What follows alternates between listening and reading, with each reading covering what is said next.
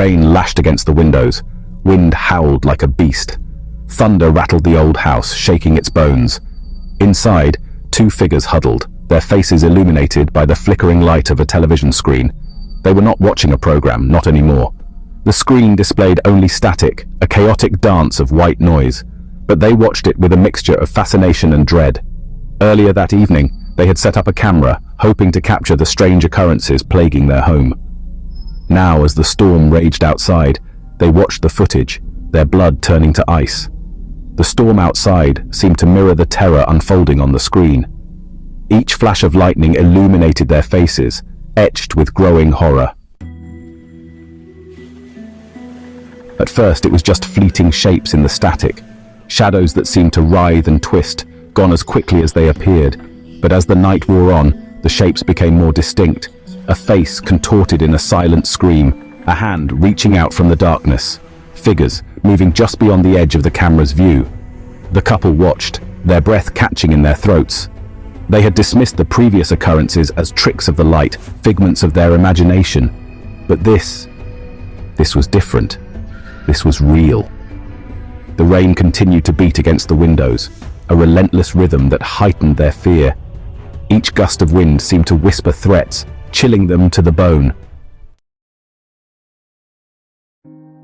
Then, a sound, faint at first, lost in the cacophony of the storm. A child's cry, high-pitched, filled with an unspeakable sorrow. They strained to listen, their hearts pounding in their chests. The cry came again, closer this time, echoing through the room. But there was no child. The camera offered no explanation, only the ever-present static and the fleeting glimpses of something sinister lurking within. The couple clung to each other, their fear a tangible thing in the darkness. The storm raged on, a symphony of chaos and dread.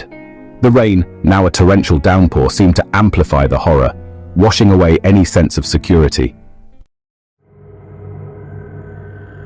Suddenly there was a movement outside, a dark shape silhouetted against the window, tall, gaunt with long-reaching arms. They froze, their eyes fixed on the terrifying apparition.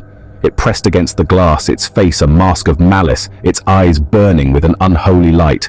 Then, as quickly as it appeared, it was gone. Vanished into the storm, leaving behind only the echo of their terror. The couple sat in stunned silence, the weight of what they had witnessed crushing down on them.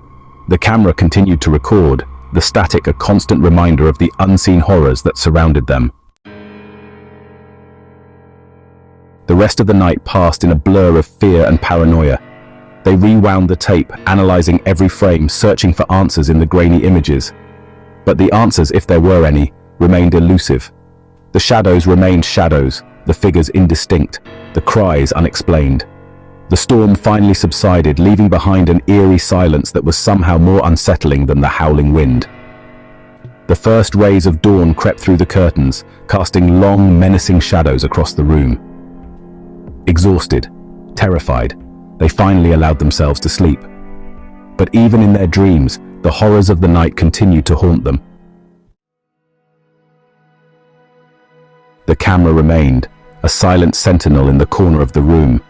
A constant reminder of the night the darkness came alive. They knew they could never erase the images they had seen, the sounds they had heard. The fear had seeped into their bones, a chilling reminder that some things are best left undisturbed. The rain had stopped, but the storm within their hearts raged on. They were left with a haunting question. What else might be lurking in the shadows, waiting for the next storm to break? The house, once a sanctuary, now felt like a prison.